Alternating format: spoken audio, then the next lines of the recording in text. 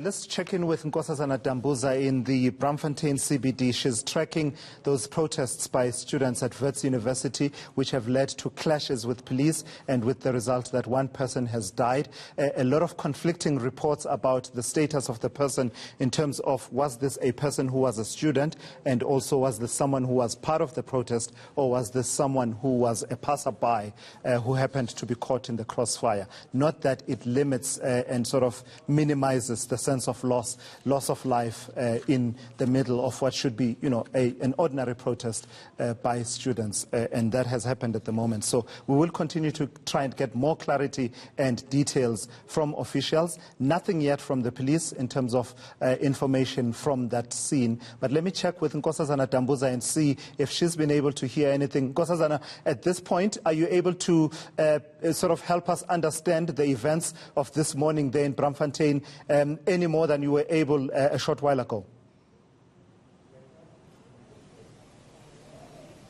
I've been trying to get comments from the police, but so far they say they cannot speak to us. I'm just going to step out of shot so you can see, but police detectives are on the scene at the moment. They are investigating the circumstances surrounding the death of this man, which we still do not understand whether it is a student or a civilian. But at this point, it is a crime scene.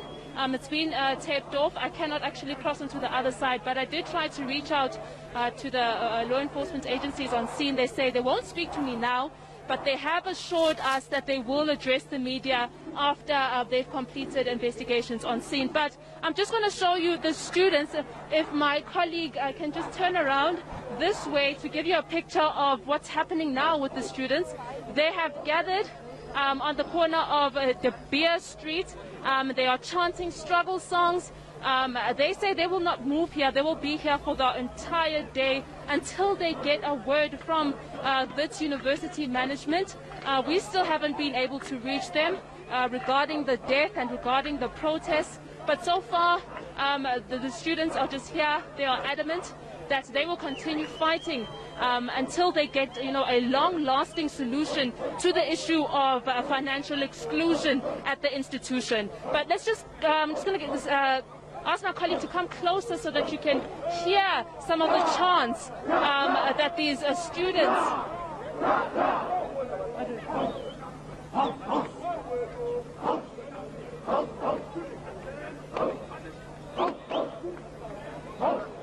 And Tulas, you'll remember in my earlier crossing, one of the student leaders that I spoke to, Nkosazana, strongly believes that the man that has been shot dead here in Braamfontein is in fact a first-year student from Wits University. He believes that a library card, I understand, was found in the pocket of the man that was shot dead. But of course I cannot confirm that at the moment because we haven't had any word from the police or from the university itself. Yeah. No, look, people might be wondering why does it matter at all whether this person was a student or a passerby. I suppose it talks to issues to do with police action on the ground as the scene was unfolding, right? Because questions of public order policing have long vexed this nation over the years. If this was a passerby who had absolutely nothing to do with the protest that was taking place, while understanding that this is a protest happening in a CBD setting in the city center, you start asking questions of how were police firing those rubber bullets? What was their what were their orders, and exactly how was this process being undertaken to try and disperse the students? So that becomes a question. But if also this is a student, you then go back to issues to do with how close were these police officers as they fired these rubber bullets at these students, and also even as we speak, Nkosazana, you and I are none the wiser as to whether actually those were rubber bullets indeed, or was there something else that was at play in those protests. But at this point, indications being that there were only rubber bullets that were fired. These are all questions that are deserving of answers around police activity in policing that particular protest in the Braamfontein CBD. Nkosazana, we will stay with your visuals, but talk to eNCA's Aviwe Mdila, who is on the other end of that picket as we see that police activity. Aviwe, from where you are, what can you tell us from your vantage point?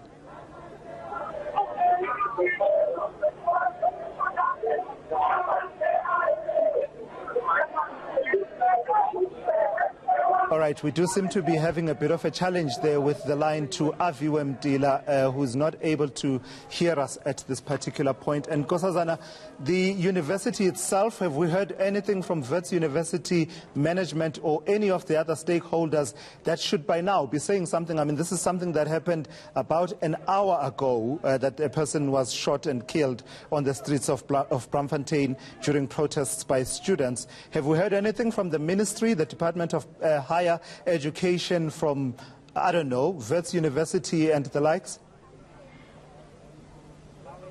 No, Tulas, we have not been able to get comments from the university itself. We have not been able to get comments from the police who are on scene.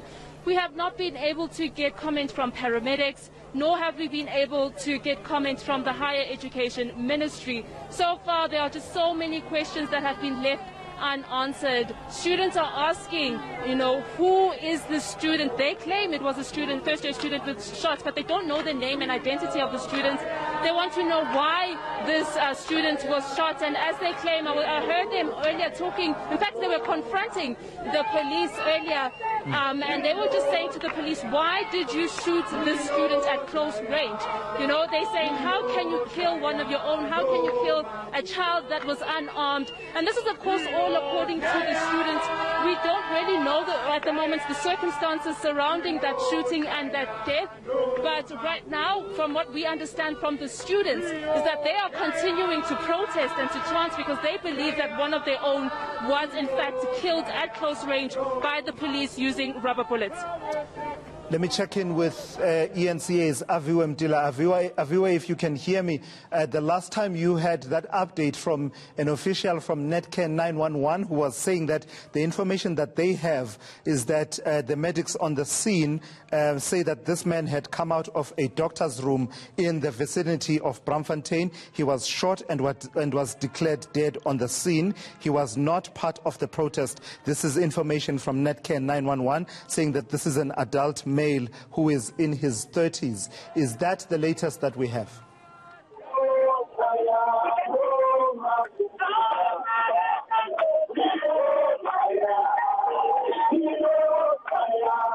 All right, we do seem to really be struggling with Aviwe Mdila there. So as you see those students taking up their positions and sitting in the middle of that intersection, their leaders telling them to keep their discipline and telling them to put aside their political differences in that, they have one struggle to wage in this particular instance. So you will be seeing people clad in the colors of the ANC, and that's part of the what is known in the ANC as the Progressive Youth Alliance. That includes SASCO, the South African Students' Congress, who have had some harsh words for the leadership of the ANC in the last few days around the issue of student funding and basically the implications thereof for them and the support that young people should or should not continue to give the ANC going towards elections. In fact, the view being that the ANC, young people should not support the ANC government and the ANC towards the elections if this issue of student funding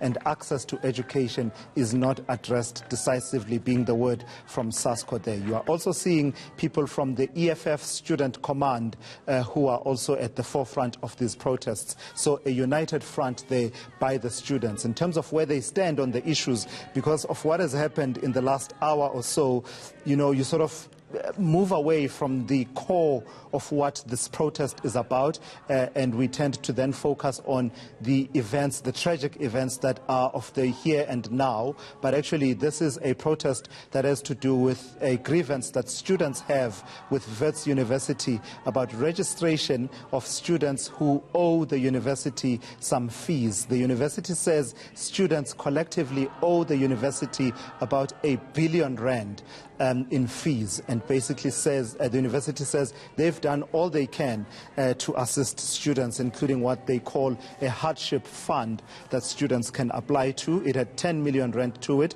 and then a further, I think, 10 million rand more that was taken from the COVID-19 university fund to also assist there with students. But students saying that no less than 6,000 students stand to be financially excluded, and therefore calling for all students to be allowed to register.